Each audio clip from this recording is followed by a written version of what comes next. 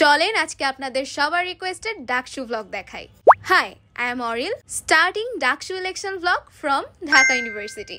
আজকে ঢাকা ইউনিভার্সিটির বাসগুলোতে নর্মাল দিনের তুলনায় ডাকসু ইলেকশনের কারণে ট্রিপ সংখ্যা অনেক বেশি ছিল।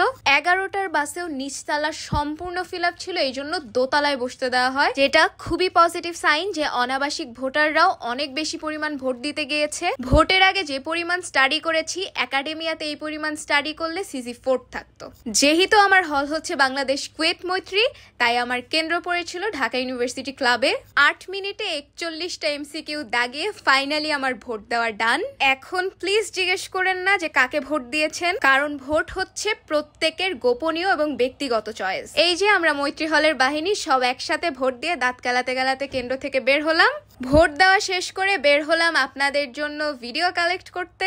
লিটারেলি কন্টেন্টের খাতিরে আজকে পুরা ক্যাম্পাস আমি চক্কর দিছি। ক্যাম্পাসের ভিতরে রিক্সা ট্রান্সপোর্টেশন খুবই সীমিত ছিল, লিটারেলি হাতে গোনা 1-2টা রিক্সা পাওয়া যায়। বাট ফরচুনেটলি ফ্রেন্ডের বাইক ছিল, সেটা দিয়ে পুরো ক্যাম্পাস ঘুরেছি।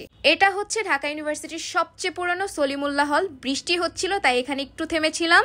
এই যে বাইকের পিছনে বৃষ্টিতে ভিজে পুরো একসার। তারপর এক সিরিয়ালে শুরু করলাম কেন্দ্র ঘোরা। এইটা হচ্ছে সেন্ট্রাল ফিল্ডের কেন্দ্র, মানে শারীরিক শিক্ষা কেন্দ্র, জিমনেশিয়ামের সেন্টার।